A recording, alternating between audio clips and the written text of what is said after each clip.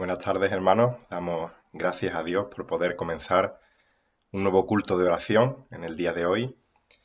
Damos gracias porque poco a poco vemos cómo la mano de nuestro Señor está permitiendo que la situación vaya volviendo a la normalidad y Dios mediante, pues en breve tendremos las reuniones de nuevo en el local, pero hasta entonces también estamos agradecidos por estos medios telemáticos por los cuales podemos compartir la palabra y como es el día de hoy también podemos orar los unos por los otros y orar dando las gracias a nuestro Señor. Así que vamos a comenzar este tiempo orando, que para eso es nuestro culto de oración. Y vamos a poner este tiempo en las manos del Señor. Señor, estamos agradecidos de poder abrir tu palabra, Señor, en estos momentos y poder compartirla a través de las tecnologías que tú has provisto, Señor. Queremos que tú nos guíes en el día de hoy, en la oración, Señor, y también que me guíes a mí en la proclamación de tu palabra y también prepares los corazones de aquellos que van a recibirla y tú obres poderosamente en ellos y que todo redunde en la gloria de tu nombre, Señor, en que tú seas exaltado y también pues que los hermanos podamos ser edificados y bendecidos con tu palabra. A ti sea la gloria, en el nombre de Jesús. Amén. En peluquería podemos definir de forma muy general y muy superficial un cambio de forma permanente del cabello como el cambio que se produce en la estructura química del cabello, de manera que si tú tienes un pelo rizado, pues consigues que sea un pelo liso, y si tu pelo es liso, pues al contrario, consigues cambiarlo y que quede de forma rizada. ¿Y esto cómo se produce?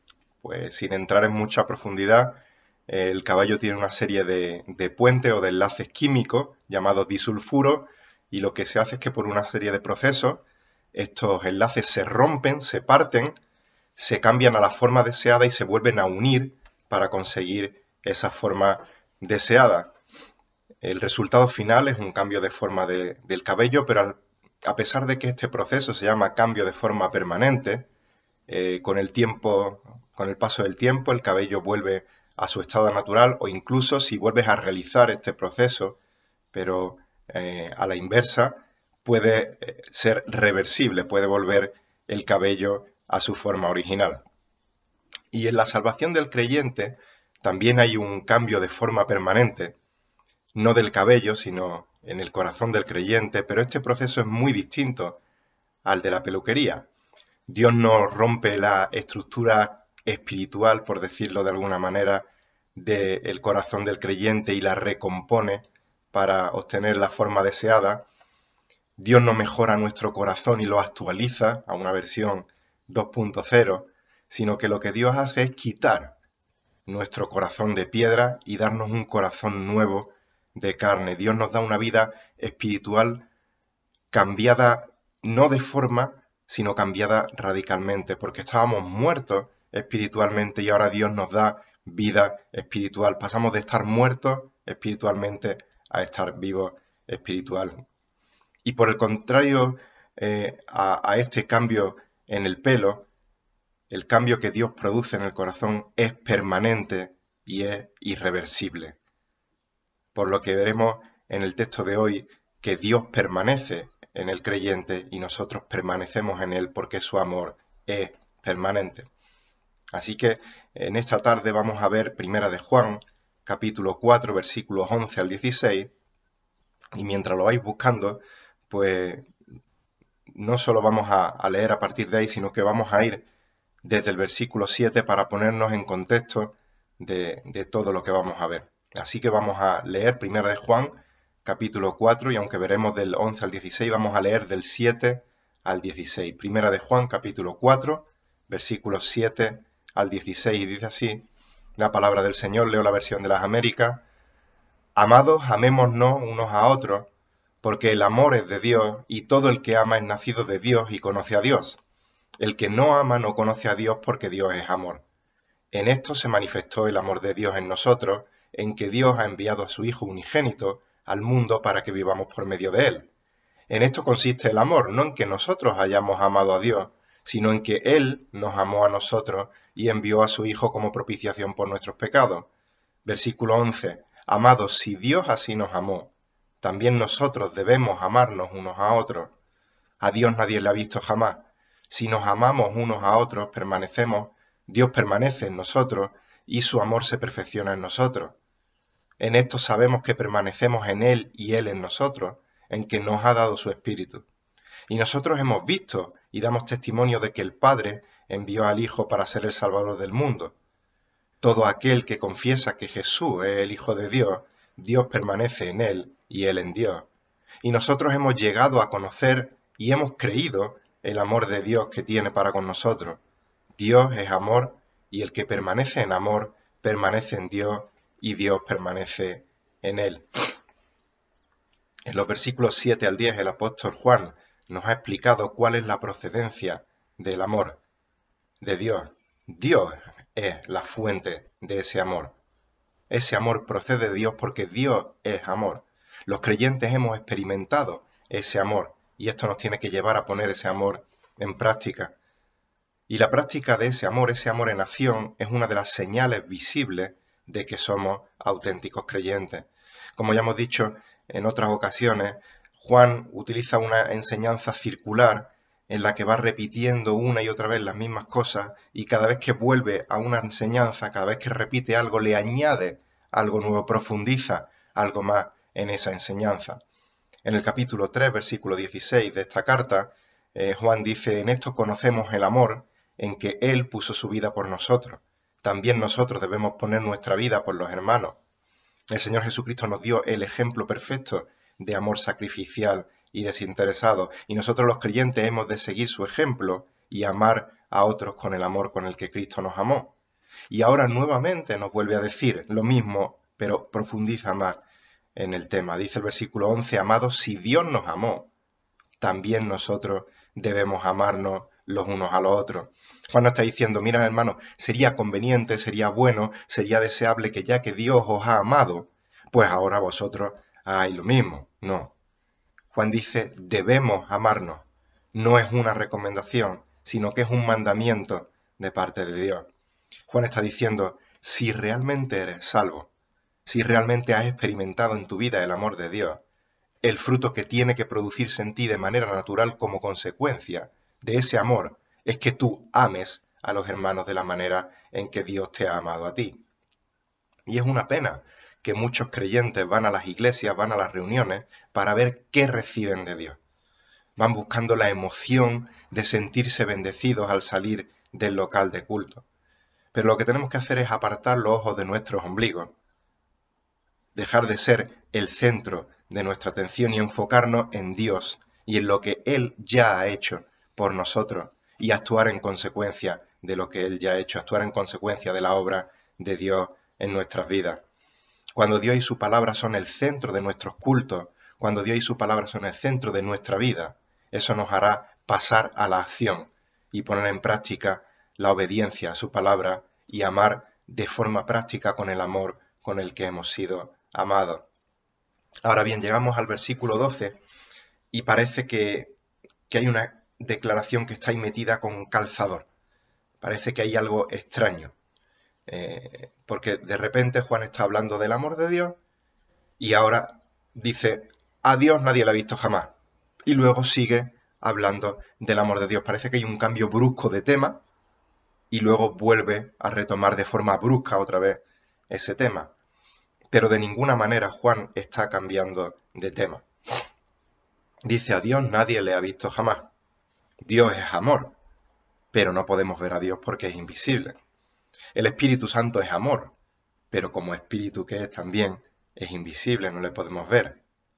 Jesucristo es amor, pero Él ascendió a los cielos y hasta que vuelva por segunda vez, cosa que deseamos grandemente, no le podemos ver. De manera que la única forma en la que este mundo puede ver, de alguna manera, el amor de Dios es por medio de su iglesia, por medio del amor en acción, del amor práctico y visible que nos tenemos los unos a los otros. Dios se hace visible en la transformación de vida de pecadores como yo y como tú, las cuales van siendo transformadas, conformadas a la imagen de su Hijo Jesucristo. Dios se hace visible cuando nosotros perdonamos de la misma manera en que hemos sido perdonados por Dios. Dios se hace visible cuando nosotros somos la luz del mundo, así como Jesús es la luz del mundo. Dios se hace visible cuando amamos como Él nos ha amado. Y sigue diciendo el versículo 12 que si nos amamos unos a otros, Dios permanece en nosotros. Cuando los creyentes mostramos entre nosotros el amor de Dios, esto confirma, ratifica que Dios permanece en nosotros, que nuestra profesión de fe es auténtica. El amar a los hermanos es una señal visible de nuestra salvación, de que ya no somos enemigos de Dios, sino que por el contrario tenemos una relación íntima, una relación personal con Dios a tal punto de que Dios permanece en nosotros. El Señor Jesús dijo en Juan 15, versículo 5, yo soy la vid, vosotros los sarmientos, vosotros los pámpanos, el que permanece en mí y yo en él, ese da mucho fruto, porque separados de mí nada podéis hacer. Y es increíble que los creyentes podamos permanecer en el Señor y encima dar fruto por medio de su obra en nosotros. Pero aún muchísimo más increíble e imposible de comprender es que el Dios Todopoderoso, el Creador de cielos y de tierra, el Señor de señores, el Rey de reyes, permanezca en nosotros, en los creyentes. Querido hermano, querida hermana, párate por un momento a pensar en esto. Si Dios te ha salvado, Dios permanece en ti. Esto es maravilloso, esto es incomprensible, esto es grandioso. Y el versículo 12 termina diciendo, y su amor se perfecciona en nosotros. ¿Quiere decir esto que el amor de Dios es imperfecto y nosotros, que somos más listos que nadie, logramos perfeccionar ese amor? Eso que el versículo dice, su amor se perfecciona en nosotros. Bueno, como sabéis, por supuesto que la respuesta es un no rotundo. Como hemos dicho en más de una ocasión, Dios es perfecto y todos sus atributos son igualmente perfectos, por lo cual el amor de Dios, ya que Dios es amor, también es perfecto. ¿Qué significa entonces que el amor de Dios se perfecciona en los creyentes? Pues significa que cuando nosotros nos amamos los unos a los otros, la Iglesia cumple el propósito final por el cual Dios derramó su amor en nosotros. Significa que ese amor que ya es perfecto alcanza su máxima expresión en el amor de los creyentes los unos con los otros. El amor tiene su origen en Dios, el amor se manifestó en la obra de su Hijo y el amor se demuestra ahora de forma visible y práctica en su Iglesia. Y el mundo tiene que quedar impactado de ver cómo pecadores, transformados por el amor de Dios y transformados por la obra redentora de amor de Jesucristo, ahora son capaces de amar como Dios ama por medio de la dirección del Espíritu Santo. Por eso sigue diciendo en el versículo 13, en esto sabemos que permanecemos en Él y Él en nosotros, en que nos ha dado su Espíritu. Juan se ha centrado en el Padre y en el Hijo al hablar de este amor perfecto y ahora también va a resaltar el papel del Espíritu Santo respecto a ese amor. En el Evangelio de Juan, en el capítulo 3, en el versículo 8, el Señor Jesús compara al Espíritu Santo con el viento, diciendo que de la misma manera que el viento no lo podemos ver, pero sí podemos sentir sus efectos. Aunque el Espíritu Santo es invisible, cuando el creyente ama a su hermano con el amor de Dios, vemos el efecto del Espíritu dirigiéndonos en nosotros. Permanecemos en Dios y esto es señal de que el Espíritu Santo vive en el creyente. Los creyentes debemos reflejar el amor de Dios porque Dios permanece en nosotros y su Espíritu nos da el poder y la dirección para poder amar con ese amor. Juan continúa diciendo en los versículos 14 y 15, y nosotros hemos visto y damos testimonio de que el Padre envió al Hijo para ser el Salvador del mundo. Todo aquel que confiesa que Jesús es el Hijo de Dios, Dios permanece en él y él en Dios. Y no se nos puede olvidar en ningún momento que falsos maestros en la época de Juan estaban enseñando que Jesucristo no era suficiente para la salvación y no solo eso, sino que estaban poniendo en duda tanto la divinidad como la humanidad de Jesús. Y Juan va a aprovechar estos versículos para refutar todas estas falsas enseñanzas. En primer lugar, atestigua con su propia experiencia, con su propia vida, la humanidad de Jesucristo y la fiabilidad de su enseñanza, al decir nosotros hemos visto y nosotros damos testimonio. Juan había visto personalmente al Maestro. Juan había visto que se trataba de un hombre de carne y hueso. Y Juan había recibido directamente del Señor su enseñanza, de manera que esa enseñanza no estaba adulterada de ninguna manera por alguna otra persona o la enseñanza de algún otro. Veían y atestiguaban de Jesucristo. Pero además de eso también da testimonio de que Jesús es el Hijo de Dios y el Salvador del mundo. Por lo tanto, también está afirmando no solo la humanidad de Jesús, no solo la fiabilidad de la enseñanza que Juan estaba dando, que procedía de la fuente misma de Jesús, sino que también está afirmando la divinidad, así como la suficiencia para la salvación en Jesucristo. Mientras que los falsos maestros decían que no era suficiente Cristo, que había que conseguir algún tipo de conocimiento místico superior para alcanzar la salvación, Juan dice que Cristo es suficiente para la salvación y que esta salvación es ratificada por la confesión de fe del creyente, de que Jesucristo es 100% plena y verdaderamente Dios y de que Jesucristo es 100% plena y verdaderamente hombre. Versículo 15, todo aquel que confiesa que Jesús, este hombre, es el Hijo de Dios, es Dios, permanece en él y él en Dios. Y no se trata de decir simplemente en voz alta, Jesús es el Hijo de Dios, ya lo he confesado, ya está. No, se está refiriendo a algo muchísimo más profundo, ya que solo el creyente, solo aquel en quien Dios permanece, puede realmente hacer esta declaración, porque la revelación de esta declaración es una revelación sobrenatural. Dice Mateo 16 a partir del versículo 13, que cuando Jesús llegó a la región de Cesarea de Filipo, preguntó a sus discípulos diciendo, ¿quién dicen los hombres que es el Hijo del Hombre? Y ellos dijeron, unos Juan el Bautista, otros Elías, otros Jeremías o uno de los profetas. Y entonces Jesús dice, ¿y vosotros quién decís que soy yo? Respondiendo Simón Pedro dijo, tú eres el Cristo, el Hijo del Dios viviente. ¿Y qué le responde Jesús a Pedro? Bienaventurado eres, Simón, hijo de Jonás, porque esta declaración, no te la reveló carne ni sangre, sino mi Padre que está en los cielos.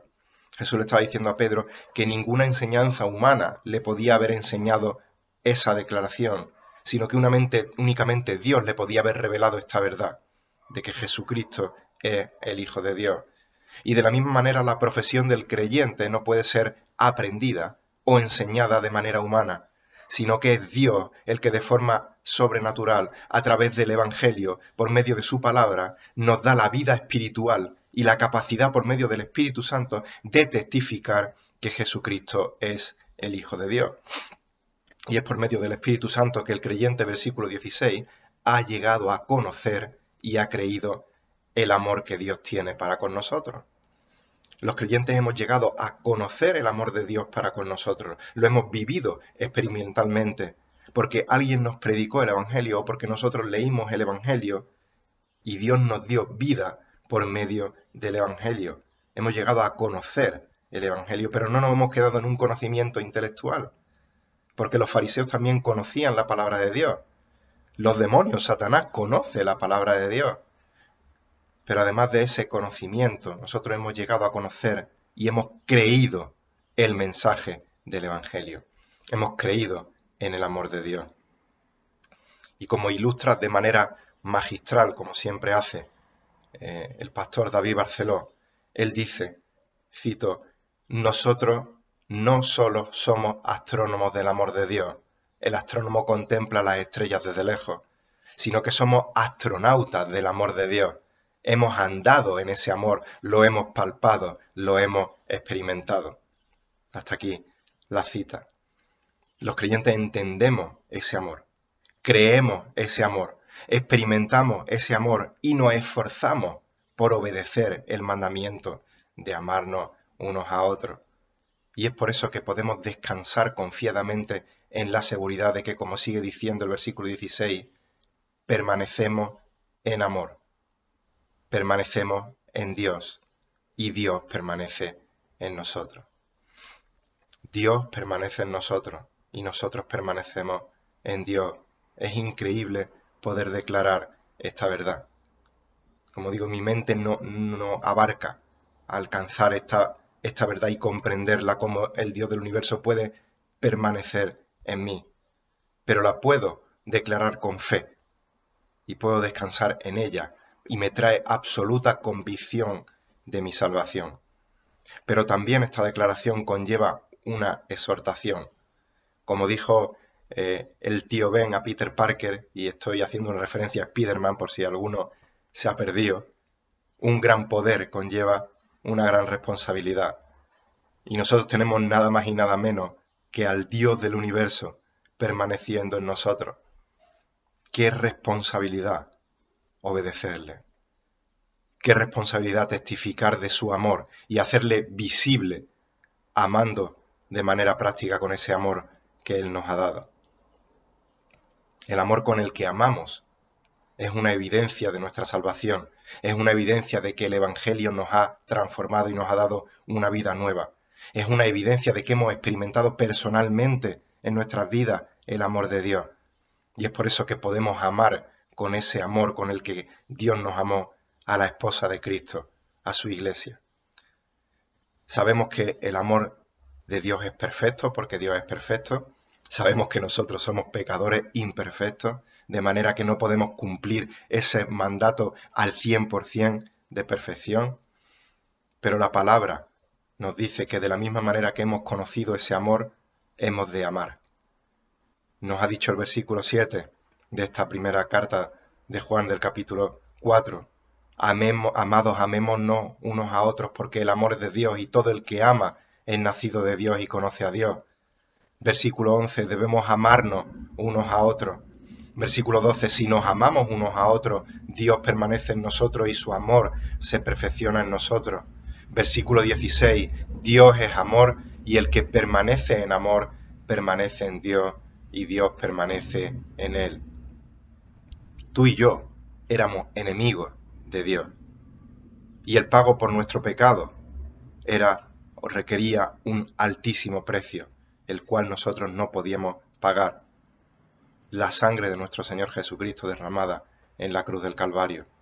Pero Dios tomó la iniciativa y estuvo dispuesto a pagar ese alto precio. Estuvo dispuesto a entregar a su Hijo para perdonarte a ti, para perdonarme a mí y darnos vida eterna. Él estuvo dispuesto a pagar el precio. ¿Qué excusa tienes tú? ¿Qué excusa tengo yo para no amar con el amor con el que yo mismo he sido amado? Mis queridos hermanos, aprovechemos este tiempo de oración, este culto de oración, para orar a nuestro Dios, en primer lugar dándole gracias por el amor con el que Él nos ha amado, dándole gracias por la obra sacrificial y redentora de su Hijo Jesucristo a nuestro favor en la cruz del Calvario y la demostración práctica hasta el sumo de ese amor sacrificial y voluntario. Y oremos para que el Señor nos ayude a amarnos los unos a los otros con ese amor con el que hemos sido amados para la gloria de Dios. Que el Señor bendiga su palabra y que el Señor os bendiga.